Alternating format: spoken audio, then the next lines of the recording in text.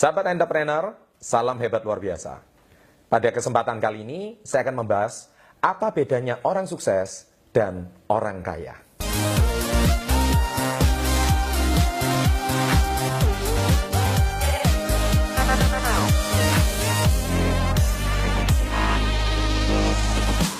Di topik kali ini, sering kita dengar semua orang pengen jadi kaya. Di video-video saya sebelumnya, saya juga banyak membahas bagaimana menjadi orang kaya. 5 sebab kenapa orang belum kaya. Dan sebagainya, dan sebagainya. Tetapi sebetulnya ada satu perbedaan yang paling utama antara orang sukses dan orang kaya. Perbedaannya di sini. Orang sukses pasti kaya. Tapi orang kaya belum tentu sukses. Sekali lagi saya ulangi. Orang sukses pasti kaya, tapi orang kaya belum tentu sukses. Mengapa saya mau membahas topik kali ini? Saya belajar dari guru saya, Datuk Dr. Andrew Ho. Ya, beliau penulis buku Highway to Success. Nah, Anda bisa lihat di sini. Dan beliau membahas tentang, ada satu topik yang sangat menarik di buku beliau, membahas tentang 8 aspek kehidupan, 8 aspek kesuksesan. Ya, dan buku itu, judul tersebut juga saya tulis di dalam buku saya, Badai Pasti Berlalu, di halaman 109, di mana saya bicara tentang soal keseimbangan hidup. Ya, 8 aspek kehidupan. Nah, orang kaya itu diidentikan dengan materi. Saya ulangi sekali lagi, orang kaya itu diidentikan dengan materi. Karena penekanan konotasi dalam bahasa Indonesia, kaya itu bisa juga artinya banyak ya. Kaya hati lah, kaya harta lah, kaya teman lah. Tetapi saya kalau dalam bahasa Indonesia, kaya itu lebih diidentikan dengan materi. Rupanya materi itu cuma 1 dari 8 aspek yang dibahas di sini. Ya, jadi aspek pertama itu adalah materi atau finansial. Ya, jadi topik yang pertama adalah finansial. Nah, tidak salah sih kalau menjadi orang yang kaya raya, ya. Dan bagi saya menjadi kaya raya itu harus bahkan karena banyak sekali permasalahan yang dimiliki kalau orang tidak kaya. Ya, Anda harus menjadi orang yang sangat kaya raya, ya. Tetapi apa yang membedakan orang kaya raya dengan orang sukses? Nah, ini saya akan bahas di aspek-aspek berikutnya. Nah, kemudian aspek yang pertama ya adalah finansial, menjadi orang kaya raya. Aspek yang kedua adalah kesehatan. Apa artinya Anda punya kekayaan yang banyak, tapi Anda nggak memiliki kesehatan? Saya yakin hari ini banyak orang kaya, rumahnya mewah, mobilnya banyak, perusahaannya sukses, tapi setiap hari dia harus minum obat kencing manis. Setiap hari dia harus minum obat darah tinggi, ya, dan kolesterolnya selalu melebihi batas. Sahabat entrepreneur, hari ini tidak ada gunanya Anda hari ini kaya raya, tapi kalau Anda tidak memiliki kesehatan yang prima. Oleh sebab itu, saya sangat rajin berolahraga, karena bagi saya olahraga itu adalah obat yang paling murah. Ya, jadi bagi Anda hari ini jangan pernah beralasan tidak ada waktu untuk berolahraga. Olahraga itu merupakan salah satu kunci utama dalam kesehatan. Jadi kalau Anda pengen sukses, harus punya aspek kedua, yaitu punya kesehatan yang prima. Buat apa Anda cuma kaya, deposito banyak, tapi tidak sehat? Anda tahu, saya pernah ke Singapura, rumah sakit Mount Elizabeth, itu isinya orang Indonesia semua. Lucu kan? Saya tanya, Anda dari mana? Surabaya. Anda dari mana? Jakarta. Anda dari mana? Dari Medan.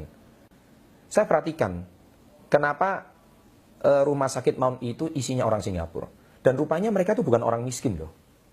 Buktinya apa? Mereka bisa berobat ke Singapura. Mereka nggak percaya sama dokter Indonesia. Ya, tetapi saya mau tanya lagi, apa hidup mereka seumur hidupnya? Rupanya mereka rata-rata pedagang, punya toko. Dan kalau saya tanya, kapan mereka mempunyai waktu untuk olahraga? Jarang, karena hidupnya dari pagi sampai malam di toko saja. Nah, bagi saya, mereka cuma orang kaya tapi belum sukses. Jadi kesehatan itu sangat penting. Aspek yang ketiga adalah rekreasi.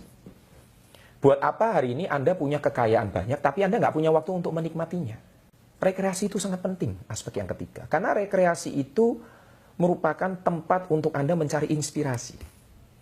Tempat untuk Anda meriset ya, stres Anda, meriset depresinya Anda, kecemasan Anda, dagdikduknya Anda dalam pekerjaan. Tapi rekreasi itu sangat luar biasa. Saya sendiri, sejak 16-17 tahun yang lalu, saya pasti meluangkan waktu setahun rekreasi. Ya, selain dari perusahaan KK Indonesia, saya juga pasti meluangkan waktu untuk berekreasi. Karena apa? Dengan rekreasi itu kita akan mendapatkan banyak ilham baru. Maka Anda perhatikan banyak video-video saya sebelumnya, saya juga sempatkan waktu untuk saya mengisi traveling. Ya, karena dengan traveling kita bisa mendapatkan inspirasi. Jadi rekreasi itu sangat penting. Saya juga menemukan banyak pengusaha, mereka nggak ada waktu untuk rekreasi. Kenapa? Waktunya sudah tersita banyak di toko. Bagi saya, terus saya tanya, kapan mereka rekreasi? Iya, pernah sekali aja ke Singapura. Itu pun bukan rekreasi, tapi berobat. Coba Anda bayangkan. Aneh sekali bukan? Jadi harus banyak, menurut saya, luangkan waktu untuk rekreasi. Itulah aspek kesuksesan yang ketiga. Yang keempat adalah spiritual. Spiritual di sini saya bukan membahas soal agama.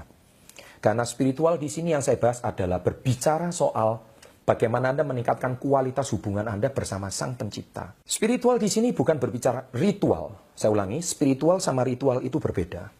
Ritual itu Anda mungkin beribadah ya setiap hari Minggu, atau mungkin satu hari sembahyang 5 kali. Ya, tetapi yang dimaksud spiritual ini adalah kualitas perkembangan diri Anda. Apakah Anda bisa mengendalikan emosi Anda lebih baik? Buat apa hari ini Anda rajin beribadah tapi masih suka bertengkar dengan saudara? Buat apa Anda hari ini rajin ibadah setiap minggu tapi Anda tidak bicara sama orang tua Anda? Buat apa hari ini Anda setiap hari membaca kitab suci tetapi Anda sendiri tidak berbicara dengan istri Anda? Bukankah itu kualitas spiritual yang sangat jelek? Bicara soal kualitas spiritual adalah ada kata spirit di dalam. Spirit itu berbicara soal jiwa. Ya, bukan cuma ritual, karena ritual itu tidak ada spiritnya. Tapi kalau spiritual itu ada kata spiritnya.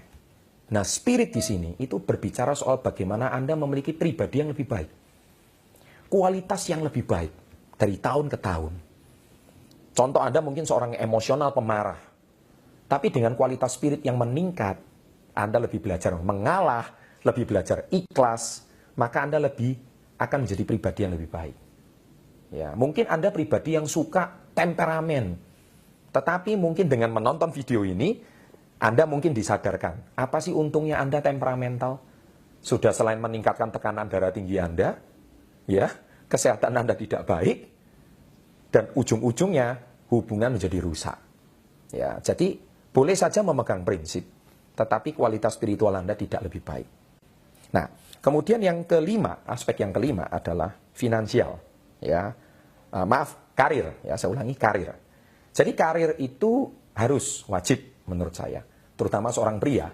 Karena Anda kepala rumah tangga, Anda harus memiliki karir yang baik. Jangan kebalik. Ya, saya sekarang lihat banyak sekali pria itu kebalik.